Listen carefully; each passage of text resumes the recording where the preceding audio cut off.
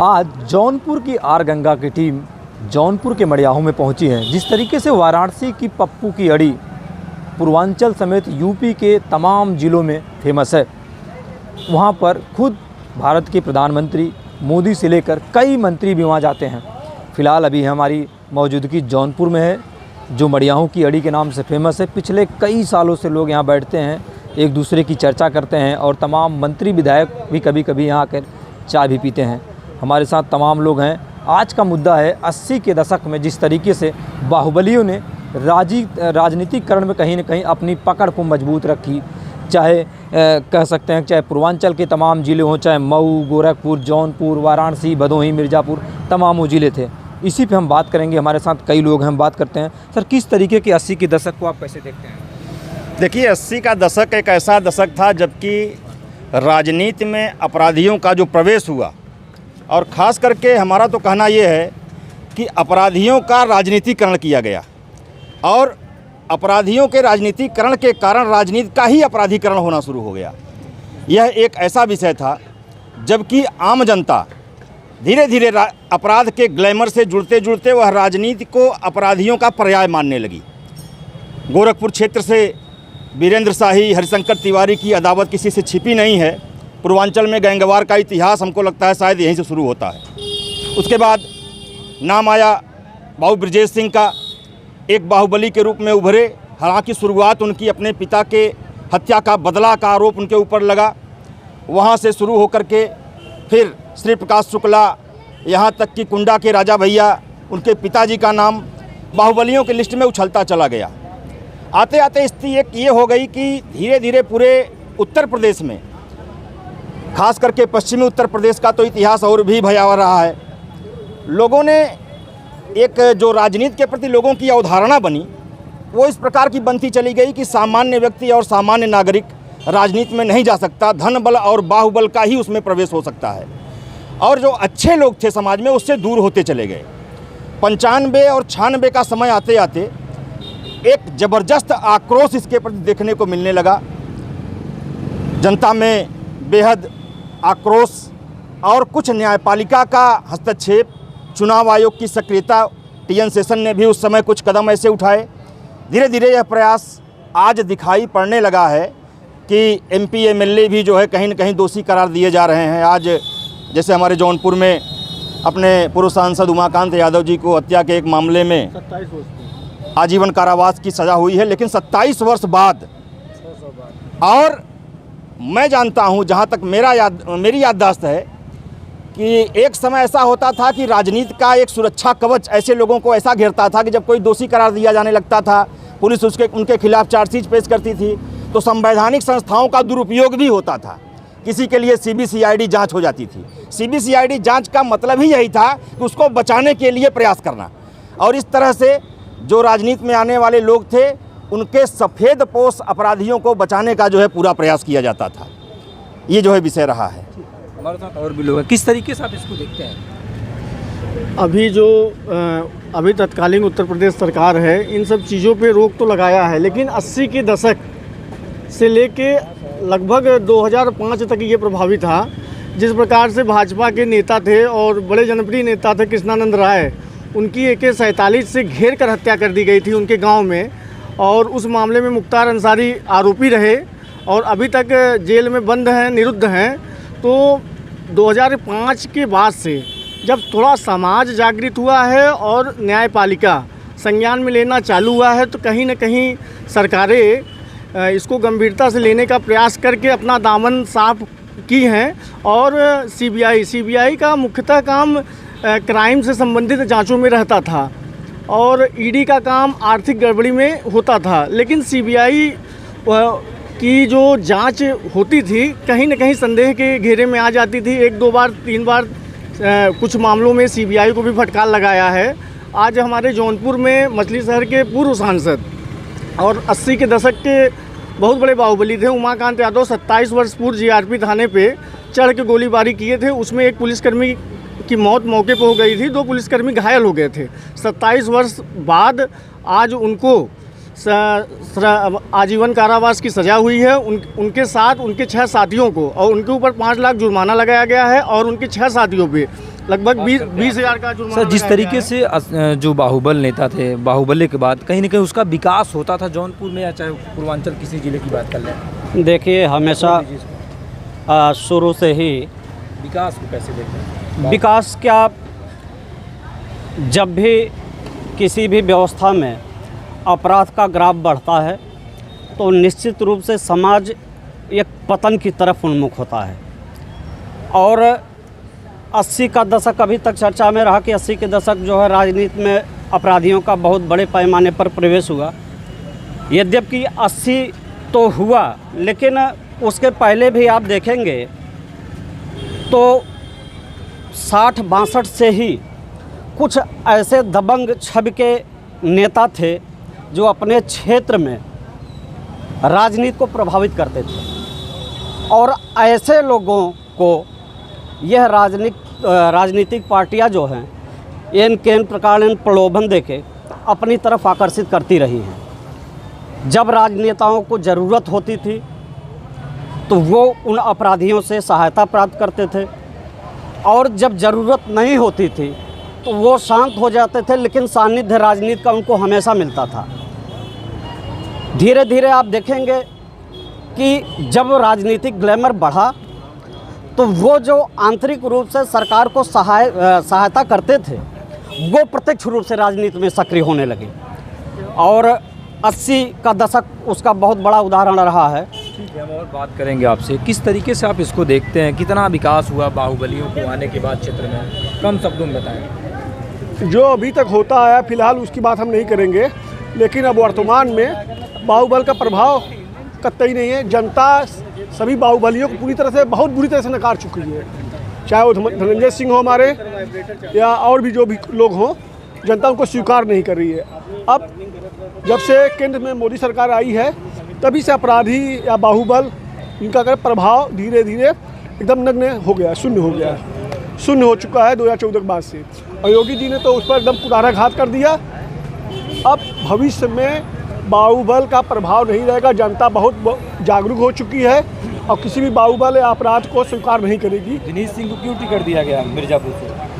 वो विनीत सिंह टिकट दिया गया है। टिकट देने के बाद मतलब ये होता है कि सुधार कर रहे हैं वो, अपराध का अगर छोड़ कर अगर राजनीति में आ गए हैं तो उनका स्वागत भी होना चाहिए, और अगर करेंगे अपराध तो फिर उनके लिए फिर दवा व्यवस्था हो जाएगी। हमारे साथ और भी लोग हैं। नाम क्या है आपका? किस तरीके से इसको देखते हैं? प्रमोद पांडे।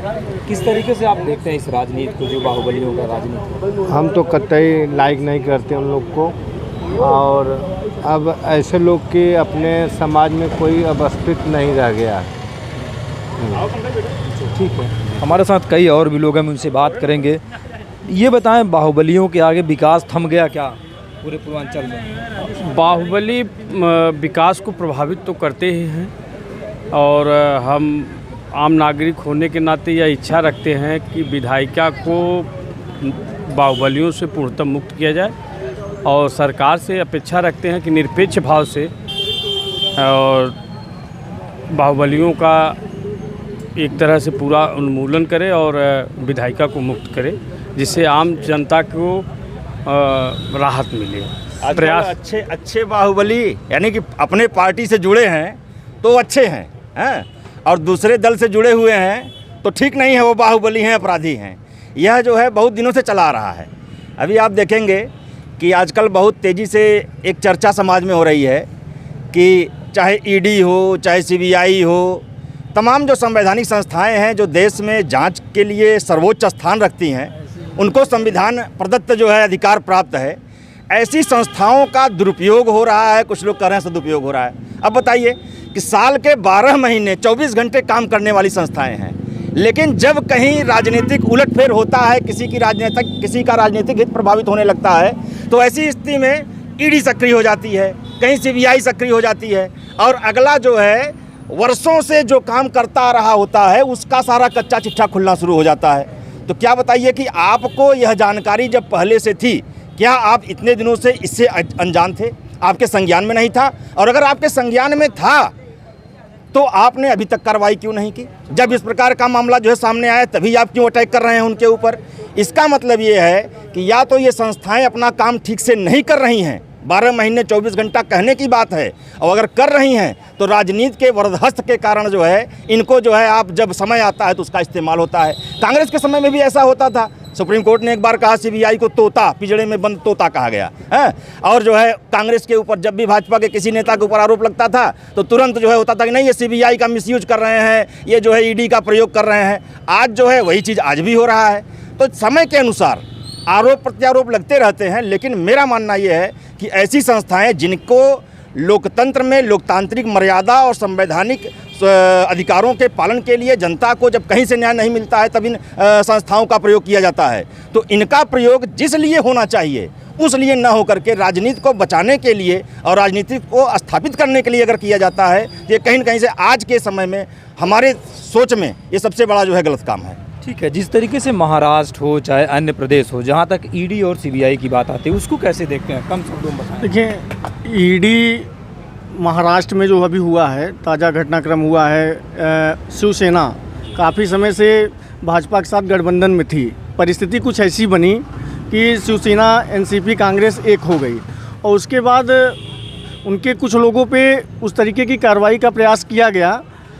और कहीं न कहीं मैं ये जो घटना हुई है, महाराष्ट्र वाली घटना हुई है, इसमें जो ईडी का कार्य है कहीं न कहीं इसमें निरपेक्ष है। और ईडी का कार्य इस समय, पहले चीज़ें दबाव में होती थी लेकिन अभी फ़िलहाल में ईडी काम सही तरीके से कर रही है। सर, ये तो बताना है कि ईडी निष्पक्ष है। नहीं, ठीक है, निष्पक्ष है, निष्पक्ष होना चाहिए, मुझमें इसमें कोई गुरेज नहीं। मैं नहीं कहता हूँ कि ईडी पक्षपात कर रही है, लेकिन ये सारे काम इतने वर्षों से हो रहे थे।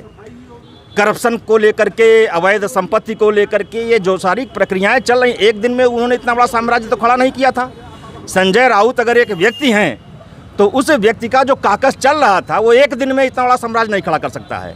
न तो एक पंचवर्षीय में जब तक आपके साथ सरकार में थे तब तक तो ठीक था, लेकिन आपके साथ सरकार से बाहर गए, दूसरे के साथ सरकार बनाए, उसी समय ये सब कर लिए, या तो ये हुआ हो और नहीं तो अगर पहले से चल रहा था तो ये संस्थाएं अभी तक कर क्या रही थी, मेरा प्रश्न ये है। सर, तो इसका मतलब बिहार में भी ईडी का असर देखने को मिलेगा, जिस तरीके से राजनीति हो रही वहाँ गठबंधन को लेकर बीजेपी और कहीं न कहीं जो कहने वाले तो कहते करें भाई चलन है तो जब चल रहा है, ऐसा आरोप प्रत्यारोप लग रहा है, तो जब इस तरह का विषय आएगा तो लोग कहबे करेंगे। इसको कैसे देखते हैं सर? हम तो ये देखते हैं कि ईडी और सीबीआई जैसी संस्थाएं अपना काम कर रही हैं और उन्हीं की वजह से है कि ये सब परिणाम आ रहे हैं। बड़े बड़े नेता और जो गलत तरीके से धन अर्जित किए हैं या टैक्स की चोरी कर रहे हैं, सब पकड़े जा रहे हैं। ये कार्य 12 महीने होना चाहिए। ये काम कभी सिर्फ राजनीति के लिए नहीं होना चाहिए।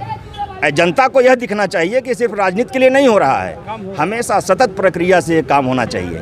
इसमें कोई कहीं जनता में यह मैसेज न जाए, जनता का विश्वास संवैधानिक संस्थाओं से हटता है। इस तरीके की कोई घटना होती थी तो मूलतः सीबीआई जांच होती थी, इस तरीके की घटना होती थी। लेकिन सीबीआई का काम क्राइम को जांचना था, क्राइम संबंधित जहां कुछ अपराध हुए हों। ईडी का इस्तेमाल 2014 के बाद से काफ़ी तेज़ गति से हुआ है, तो ईडी का काम अभी हाल फिलहाल में निष्पक्ष है। लेकिन अब जिस पे दाग लग चुका है भैया तो उसको क्या कहेंगे, नहीं। अब उसका इस्तेमाल हो रहा है तो लोग सीबीआई को छोड़ ईडी को निशाना बना रहे हैं। लेकिन इन दोनों संस्थाओं को एकदम स्वतंत्र तरीके से काम करना चाहिए और कहीं न कहीं न्यायपालिका इसको अपने गाइडेंस में ले। ठीक है, एक ऐसे बाहुबली का नाम जिसको गोली से छलनी कर दिया गया और बताया गया मर्डर मार दिया गया, बाद में वो जिंदा निकला, धनंजय सिंह जी, कैसे देखते हैं आप? नहीं ठीक है, कोई दिक्कत नहीं है उनकी। समय समय पर उन पे भी बहुत सारे आरोप लगे, यद्यपि उन पे भी कई ऐसे अपराध के मुकदमे चल रहे हैं, लेकिन अभी संभवतः कोई साबित नहीं हो पाया है। तो जो पुलिस और न्यायपालिका के मध्य फंसा हुआ है मामला, वो जब तक कहीं निरपेक्ष रूप से सामने उसका उत्तर ना आए तब तक उसके बारे में तो कुछ भी कहना इस तरह से एक अपवाद ही होगा। ईडी और सीबीआई को कैसे देखते हैं? हम तो ये चाहते हैं ईडी सीबीआई हमेशा रहेगी, और जो ये भेदभाव का या आरोप लगता है कि जिसकी सरकार हो तो वो तो हमेशा रहेगा। अगर ये चल भी रहा है तो बहुत अच्छा ही है। आप आएंगे तो सफाई अभियान आप चलाइए, हम आए हैं हम सफाई अभियान चलाइए, इससे सफाई अभियान ही होगा। और जो भी ईडी या जब आपके साथ गठबंधन में रहते तब सफाई नहीं होती है क्या? नहीं, हम कह रहे ठीक है, आपसे गठबंधन हो आप चलाइए, अगर ये हो रहा तो ठीक है, अच्छी बात है, हम उसको गलत नहीं मानते। जो भी होगा देश हित में ही हो रहा है। देश हित देर आए सवेर आए हैं। नहीं, सरकार में जब तक हमारा सहयोग करेंगे तब तक वो चारित्रिक रूप से बेहद अच्छे हैं, और जैसे ही सरकार उनकी वजह से कहीं फंसती हुई दिखेगी, टूट गए गठबंधन का। बिल्कुल आज की राजनीति में ये सबसे बड़ा एक बिस्बेलरी फैल रहा है। अरे मजबूरी तो उनकी भी रहती है ना, वो भी तो मजबूरी में ही थी, पहले गठबंधन किए, अब क्यों तोड़ रहे हैं गठबंधन? गठबंधन उनका हित नहीं हो रहा है, वो भ्रष्टाचार नहीं कर पा रहे हैं। अगर हमसे गठबंधन कर रहे हैं तो भ्रष्टाचार को उनको समय मिल नहीं पा रहा है। तो जिस जम्मू कश्मीर में 2014 में चुनाव लड़ा गया, उसी के साथ वहाँ मुख्यमंत्री या कहीं पार्टी बनाई गई, उसको कैसे देखते हैं? नहीं, जम्मू कश्मीर का मामला अभी 335 एक ख़त्म होने के बाद दूसरी कंडीशन हो गई। उसके पहले जो हमारा समझौता वहाँ स्थानीय राजनीतिक पार्टियों से था वो अलग था।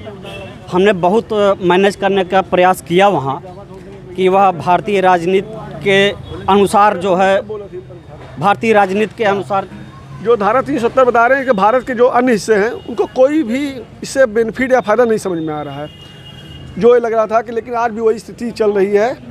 अभी बहुत वहाँ सुधार करना बाकी है और कोई मतलब नहीं रह गया धारा 370 हटाने का कि आप जाकर वहाँ रह सकते हैं। अभी कोई नहीं रह सकता, वही अभी चल रहा है। हाँ, आतंकवाद चल भी रहे हैं और जो भी दबे हुए शासन मतलब फौज की वजह से रुके हुए हैं, अगर जब तक फौज हट जाए निष्पक्ष रूप जनता समस्या की जड़ इतनी गहराई में जाके बसी हो, वो एकाएक थोड़ा ही न ख़त्म हो जाएगी। आतंकवाद की प्रक्रिया वहाँ इतने दिनों से चलती आ रही है, और चाहे महबूबा मुफ्ती रही हो और चाहे जो रहे हों। अब वो एक तरह से आप ये वहाँ की राजनीति हिंदू बनाम मुस्लिम की थी।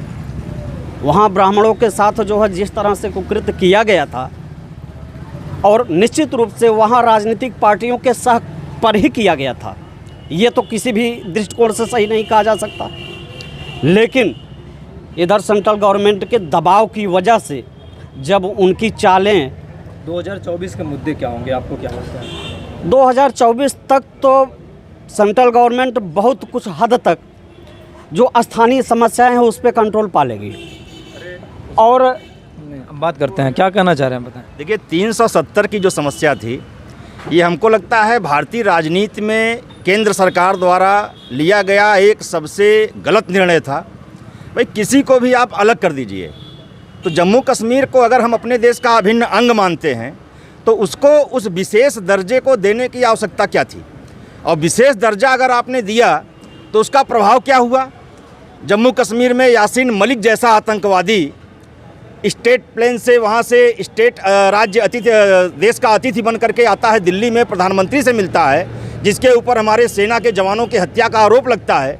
महबूबा मुफ्ती, भारत के खिलाफ बयान देने वाले पाकिस्तान परस्त लोग जितना पाकिस्तान का गुणगान करते थे, उतना जो है उनको वहाँ पर राजनीतिक बढ़त मिलती थी।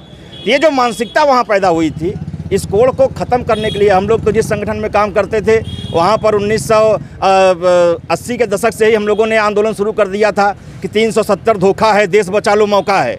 और 370 के लिए कितना बलिदान हुआ, जहाँ हुए बलिदान मुखर्जी, वह कश्मीर हमारा है, जो कश्मीर हमारा है वो सारे का सारा है। ये सारा नारा हम लोगों ने लगाया, जो स्वप्न देखा था, आज वो स्वप्न पूर्ण हुआ। उसका परिणाम ये है कि आज भारत का कोई भी नागरिक कश्मीर में जाकर अथराइज्ड रूप से ज़मीन खरीद सकता है। क्या इसके पहले भी ये हो सकता था क्या? जम्मू कश्मीर की कोई महिला पाकिस्तान के किसी नागरिक से विवाह कर ले तो उसको भारत की नागरिकता मिल जाती थी, लेकिन अगर भारत के अन्य हिस्से से विवाह कर ले तो उसकी नागरिकता चली जाती थी। तो ये जो समस्याएं थी, पाकिस्तान के लोगों को हम स्वीकार करते थे कश्मीर में, लेकिन भारत के लोगों को स्वीकार नहीं करते। तो हमारे शरीर का एक अंग अगर हमसे कट रहा था तो उसको ठीक करने के लिए इस सरकार ने जो प्रयास किया है, जो 370 हटाया गया है, एक तो हम लोगों के लिए स्वप्न के साकार होने जैसा है। 2024 का मुद्दा क्या होगा, आपको क्या लगता है? 2024 में देखिए, अब जनता धन बल, बाहुबल, भ्रष्टाचार से ऊब चुकी है, और अब न तो कोई पार्टी चुनाव लड़ रही है, न तो कोई दल, यहाँ का कोई नेता चुनाव लड़ रहा है। अब सीधे सीधे चुनाव जनता लड़ रही है, और जनता मुद्दों के आधार पर अपनी मनस्थिति पहले से तैयार कर रही है। अगर जनता को लगेगा कि ये सरकार, ये पार्टी हमारी अपेक्षाओं पर खरी उतरेगी, राष्ट्रवाद जैसे है, राष्ट्रवाद को लेकर के 2 चुनाव हुए अभी लगातार, दोनों में भाजपा को बहुमत मिला, और धीरे धीरे अन्य दल भी तुष्टीकरण की राजनीति समाप्त होने के कगार पर है। जो लोग तुष्टीकरण की राजनीति के कारण एक जाति धर्म विशेष का जो है मतदान लेते थे, आज वो जो है अन्य संप्रदायों के प्रति भी अपनी आस्था प्रकट करने लगे हैं। ये परिवर्तन धीरे धीरे जो दिख रहा है, आगे आने वाले समय में स्वच्छ चुनाव और स्वच्छ राजनीति का जो है आगाज हमको दिख रहा है। 2024 में क्या तैयारी रहेगी, एक युवा हैं, क्या सोचते हैं? देखिए 2014 के बाद से 2014 के बाद से आज वर्तमान स्थिति यह है कि धर्म की राजनीति और जात की राजनीति और क्षेत्र की राजनीति समाप्त होने की स्थिति में है। अब इंफ्रास्ट्रक्चर में तो भाजपा ने बहुत काम किया है, लेकिन रोजगार की जो स्थिति है और बढ़ती महंगाई पे इस सरकार को कोई बहुत ही गंभीर कदम उठाना होगा। और रोजगार का मुद्दा और महंगाई का मुद्दा कहीं न कहीं सरकार इस पे गंभीरता से नहीं कर रही है काम। इसको गंभीरता से लेने की आवश्यकता है। रोजगार और आपका महंगाई, इस पे सरकार ये मुद्दे आ सकते हैं। 2024 में जो ये बता रहे हैं मुद्दे होंगे, चाहे रोजगार हो चाहे बढ़ती हुई महंगाई, उसको कैसे देखते हैं आप? नहीं, उसके लिए तो इनको तैयार रहना पड़ेगा, इनको समय से चेतना पड़ेगा और रोज़गार इनको पैदा करना है। स्थानीय स्तर पर मैक्सिमम रोज़गार पैदा करना है। और क्या लगता है आपको 2024 में महंगाई कम होगी? 2024 में महंगाई मुद्दा तो रहेगी, महंगाई मुख्य मुद्दा रहेगी, लेकिन भविष्य को देखते हुए जनता अपना निर्णय सुनाएगी। आपको क्या लगता है? नहीं, हमें तो पूरा लगता है, पूरा विश्वास है जो मोदी जी कार्य जिस प्रकार कर रहे हैं और जनता उस पर सहमति जताएगी और उन्हें फिर पूरी तरह से समर्थन देगी। महंगाई है, चाहे गैस हो, डीजल पेट्रोल के दाम बढ़े, उसको कैसे देखते हैं? उसके लिए जैसे महंगाई है तो महंगाई के लिए अगर नहीं कंट्रोल करते हैं, अब सरकार तो सब अच्छे ही काम कर रहे हैं, विकास कर रही सब कुछ, लेकिन आज के समय में जो दिक्कतें हैं बेरोज़गारी पे ही है। अगर ये बेरोज़गारी ख़त्म हो जाता है तो इससे बढ़िया सर ये कह रहे हैं कि रोजगार पहले की सरकारों में नहीं होता था, क्या विकास नहीं पहले की सरकारों में होता था? नहीं, विकास ऐसा नहीं हुआ, विकास हुए हैं, लेकिन हमारे देश के प्रधानमंत्री रहे राजीव गांधी जी ने भी स्वीकार किया था कि केंद्र से कितना चलता है, 100% तो 15% नीचे तक पहुंचता है, बीच का 85% कहाँ जाता था, ये देश का प्रधानमंत्री अपने मुंह से बोला था। आज हम एक ऐसी स्थिति है श्रीलंका की, एक जो मुफ्त की योजनाओं का जो क्रियान्वयन हो रहा है, इसका प्रभाव क्या है? 2% लोग टैक्स दे रहे हैं और आप उस टैक्स के पैसे का जो उपयोग होना चाहिए वह न होकर के दुरुपयोग हो रहा है। हम देख रहे हैं कि हमारे समाज में धीरे धीरे इस प्रकार की एक भाव बन रही है कि फ्री वाले चीज़ें, भाई चुनाव में, लोकतांत्रिक प्रक्रिया में चुनाव को स्वतंत्र और निष्पक्ष होना चाहिए और ऐसा कोई कार्य कोर्ट ने भी संज्ञान लिया है। अभी माननीय सुप्रीम कोर्ट का भी एक आदेश आया है, भाजपा के ही एक नेता थे कौन विष्णु जी जो गए थे सुप्रीम कोर्ट में कि ऐसे दलों की मान्यता रद्द कर दी जाए जो फ्री के योजनाओं को लागू करने का वादा करते हैं। तो बिल्कुल सही था, उसमें आप जैसे जैसे फ्री के तरफ लोगों को आकर्षित करेंगे, इसका मतलब ये है कि आप जनता को लालच दे रहे हैं और लोभ और लालच में लिया गया निर्णय, किया गया चुनाव कभी भी देश के व्यवस्था के लिए, लोकतांत्रिक व्यवस्था के लिए अच्छा नहीं हो सकता है। ठीक है, फ्री वाले कैसे देखते हो जो योजनाएं हैं? फ्री वाली योजनाएं जो है मुफ्तखोरी को बढ़ावा देती है और इसको बंद करना चाहिए और व्यवस्था अच्छी होनी चाहिए, लोगों से ठीक ठाक तरीके से टैक्स लिया जाए। फ्री योजना जो देख रहे हैं किस तरीके से कोर्ट ने संज्ञान लिया, उसको कम शब्दों में देखिए, जो फ्री की जो योजनाएं हैं, सरकार इसमें जो पात्र और अपात्र वाली बात आ रही है नहीं, तो इसकी पात्रता सूची का जो एक अनुपात है उसको सही तरीके से करने की आवश्यकता है। कहीं ना कहीं जैसे देखिए, भारत एक कृषि प्रधान देश है, जितना इस समय फ्री में राशन बंट रहा है लगभग उसका 70 से 75% गरीब लाभ उठा रहे हैं। आज गरीब को आवास भी मिला है, गरीब को शौचालय भी मिला है, गरीब को सिलेंडर भी मिला है, लेकिन इसका गरीब तो आगे बढ़ रहा है और बढ़ना भी चाहिए, लेकिन मध्यम वर्गीय परिवार के लिए केंद्र सरकार की मध्यम वर्गीय परिवार, निम्न मध्यम वर्गीय फ्री वाली योजना को कैसे देखते हैं? नहीं, फ्री वाली योजनाओं को तो बंद कर देना चाहिए, इनको तत्काल इसको प्रभाव से रोक लगा दें। और समाज का एक वर्ग ऐसा है जिसको वास्तव में फ्री की ज़रूरत है, लेकिन सबसे पहले ये तय कर लें कि उसका पात्र कौन है और अपात्र कौन है। कैसा देखते हैं आप फ्री वाली? नहीं देखिए, फ्री वाला योजना तो बंद होना चाहिए, लेकिन उसके पहले अपना सांसद विधायक सारे अपने पेंशन बंद करें। जो नाजायज़ पैसे लेते हैं, हवाई जहाज़ का, एरोप्लेन, बहुत सुविधाएं मिलती हैं, पहले वो अपना बंद करें ना। जनता का बंद करने के लिए पहले से बातें कर रहे हैं। 24 की बात हो रही थी, तो हमको तो लगता है कि समाज का एक बहुत बड़ा वर्ग कर्मचारी के रूप में है, और 2004-05 के बाद जो ये पुरानी पेंशन बंद कर दिए हैं, इधर चुनाव की वजह से कई राज्यों में पुरानी पेंशन बहाल करने का वादा भी किए थे, कुछ लोग बहाल भी किए, और 24 में सेंट्रल गवर्नमेंट के लिए सबसे बड़ा मुद्दा तो यही होगा कि या तो सारे राजनेता अपनी पेंशन बंद करें, ख़त्म कर दें, तब वो कर्मचारी के सापेक्ष आ पाएंगे, और नहीं तो वरुण गांधी जी ने अभी लोकसभा में चर्चा के लिए इसी संबंध में कोई भी सांसद विधायक को पेंशन नहीं लेने दूंगा, पहले वो अपनी समाप्त करें, उसके बाद जनता के बीच में जाएं वो। और वरुण गांधी ने लोकसभा में, और उनका लोकसभा अध्यक्ष ने स्वीकार कर लिया, उस पर चर्चा होगी। सर, जिस तरीके से फ्री की बात हो रही है, जो सरकार 5 किलो राशन दे रही है, उसमें तो इस समय चावल दिया जा रहा है, गेहूँ नहीं मिल रहा है, उसको कैसे देखते हैं आप? हाँ, अब गेहूँ की कमी है क्या भारत में? अब गेहूं की कमी है या कुछ कोटेदारों की मिली भगत है या प्रशासन की व्यवस्थाएं हैं भाई? नहीं, कोटेदारों की कमी नहीं, ऊपर से आदेश है कि चावल बांटो, उसको कैसे? चावल बांटिए, तो इसका मतलब ये है कि अभी श्रीलंका जैसा देश हो सकता है कुछ वहाँ सप्लाई दे दिए हों, या अंतर्राष्ट्रीय यूक्रेन और रूस का जो युद्ध चल रहा है उस युद्ध का प्रभाव कहीं हो, और जो हमारे खाद्यान्न का जो भंडार है उसको सुरक्षित किया गया हो, ये भी हो सकता है। लेकिन आप किसी को अब एक ही अन्न खिलाने लगेंगे तो संदेह तो पैदा होगा कि कहीं हमारा भंडार कम तो नहीं हुआ है। कैसे देखते हैं? अब देखते हैं यूक्रेन और रूस के युद्ध का जो है प्रभाव, तो गेहूँ दो बड़े उत्पादक राष्ट्र थे, उसका प्रभाव तो पड़ेगा। भारत सप्लाई कर रहा है अपने मित्र देशों को, कुछ न कुछ दे रहा है सरकार। भारत की जनता को भी तो मिलना चाहिए। मिल रहा है, अगर इस बीच रोका गया है तो सरकार की व्यवस्था है फिर से चालू करेगी। देखिए, अभी हमारी एक गांव के किसान से बात होने लगी, हमने कहा भाई ये बताइए कि कितना गेहूं चावल आप बेच लेते हैं, कितना उत्पादन करते हैं? उसने कहा कि भाई जितना उत्पादन करता हूं उतना मैं पूरा का पूरा बेच लेता हूं, और जो राशन हमको मिलता है उसको मैं खा लेता हूं, तो हमारा जो है स्टोरेज का प्रॉब्लम भी ख़त्म हो जाता है। तो ये बताइए कि जो ऐसे बड़े काश्तकार हैं जिनके पास प्रचुर मात्रा में जो है उत्पादन जिनका है, वो उसको बेच रहे हैं, फिर आप उसको फ्री में दे रहे हैं, तो ये भी एक निर्णय लेने की आवश्यकता है कि क्या हम जो है उनको उनकी खेती के लिए सब्सिडी दे सकते हैं, उनकी खेती अच्छी हो, किसानों को जो है जो उनका लाभ मिलना चाहिए।